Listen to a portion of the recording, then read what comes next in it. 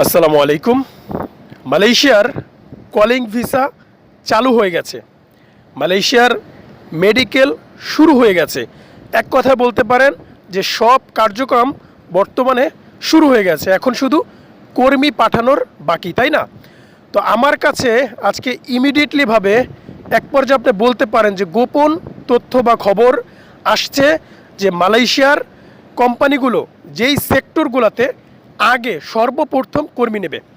এক পর্যায়ে বলতে পারেন যে এটা একটা গোপন তথ্য, কারণ এখনও পর্যন্ত আমাদের প্রবাসী কল্যাণ মন্ত্রণালয় থেকে বা আমাদের মন্ত্রী পরিষদ থেকে বা এজেন্সি থেকে এখনও পর্যন্ত এরকম কোনো ঘোষণা আসে নাই যে মালয়েশিয়াতে আগে কোন সেক্টরগুলোতে কর্মী নেবে, তাই না? তো আজকে আমি যেই সেক্টরগুলোর কথা বলবো সেই সেক্টরগুলোতে সর্বপ্রথম বাংলাদেশ থেকে কর্মী নেবে। তো প্রবাসী ভাইরা সেই সেক্টরগুলো কী কী সেই বিষয় নিয়ে আজকের এই ভিডিওতে আলোচনা করব। ভিডিওটি ধৈর্য সহকারে দেখবেন এবং প্রবাসক কিংবা দেশ যে যেখান থেকে দেখছেন সবাই ভিডিওটি শেয়ার করবেন এবং এই চ্যানেলটি সাবস্ক্রাইব করবেন মালয়েশিয়ার নিত্য নতুন ভিডিও পেতে। তো প্রবাসী ভাইরা শুরু করছি।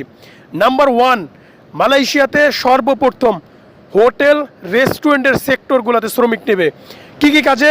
যেমন হতে পারে রান্না বাড়ার কাজ, বাবুর্চির কাজ এবং আপনার যেই রেস্টুরেন্টের ভিতরে যে খাবার বানানোর যেই শাক সবজি কাটা মুটা, আপনার এক কথা বলতে গেলে আপনার কিচেনের যেই কাটা শাক সবজি রান্নাবাড়ি বাবুর্চির কাজে সর্বপ্রথম মালয়েশিয়াতে লোক নেবে। এই কোম্পানিগুলোতে মালয়েশিয়ার যে কোম্পানিগুলো ভিসা দেবে সর্বপ্রথম এই রেস্টুরেন্টের কাজে তারা লোক নেবে। 2 নাম্বার হচ্ছে কন্ট্রাকশনের লাইনে সর্বপ্রথম মালয়েশিয়াতে লোক নেবে। সর্বপ্রথম কন্ট্রাকশনের কাজ, যেমন প্লাম্বার, ইলেকট্রিশিয়ান, মানে একটা কন্ট্রাকশনের ভিতরে একটা বিল্ডিংয়ের ভিতরে যত প্রকারের কাজ হয়ে থাকে, পাইপ ফিটার, প্লাম্বার, ইলেকট্রিশিয়ান, আপনার রং মিস্ত্রি, প্রিন্টার, মানে এই সমস্ত কাজের জন্য সর্বপ্রথম মালয়েশিয়ার কোম্পানিগুলা কর্মী নেওয়া শুরু করবে। তারপর লাস্ট যেই সেক্টরটা সেটা হচ্ছে পাম অয়েল প্লান্টেশন। প্রবাসী ভাইরা, এটা হচ্ছে সবচাইতে কষ্টের এবং ভালো মানের কাজ। যদিও এটা কষ্ট রয়েছে, তারপরও কিন্তু এটার ভিতরে বেতন অনেক। মানে মালয়েশিয়ার সবচাইতে টাকা ইনকাম করার কাজটা হচ্ছে প্লান্টেশন বা পাম অয়েল, কিন্তু এটার ভিতরে কষ্ট বেশি, টাকাও বেশি। ঠিক আছে, মালয়েশিয়ার এই প্লান্টেশন সেক্টরে লাস্টে সর্বশেষ লোক নেবে। তারপর এই 3টা সেক্টর বাদে মালয়েশিয়ার বাকি অন্য অন্য যে সেক্টরগুলো রয়েছে, কোটাগুলো রয়েছে, সেই সেক্টরগুলোতে কর্মী নেবে। এখন কথা হলো যে এই 3টা সেক্টর কেন ভাগ করেছে জানেন?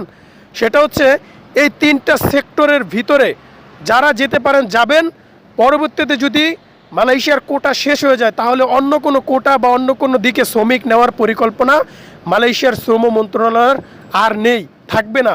এরপরে যদি কোনো কোটা থাকে তাহলে অন্যদিকে বিবেচনা করবে। এই 3টা সেক্টরে আগে কর্মী নিয়ে পূরণ করবে সেই কোটাগুলো, তারপর অন্য সেক্টর খালি থাকলে নেবে, আর না হলে আর মালয়েশিয়াতে কর্মী নেওয়া হবে না, বন্ধ করে দিতে পারে। তো প্রবাসী ভাইরা, এটা ছিল সর্বশেষ মালয়েশিয়ার কর্মী নেওয়ার আপডেট। এই আপডেটগুলা বাংলাদেশের এখনও পর্যন্ত টিভি চ্যানেল বা কোনো এজেন্সি বা বাংলাদেশের প্রবাসী কল্যাণ মন্ত্রণালয় থেকে এখনও পর্যন্ত বিবৃতি দেওয়া হয় নাই। এটা আমি আপনাদের কাছে বললাম, যদি এটা না হয় তারপর আপনি আমাকে বলেন, আপনারা সবাই আমাকে বলবেন। তো ভিডিওটি সবাই শেয়ার করবেন, সবাইকে দেখার সুযোগ করে দিবেন। আজকের মতো এই পর্যন্তই ছিল। খোদা হাফেজ।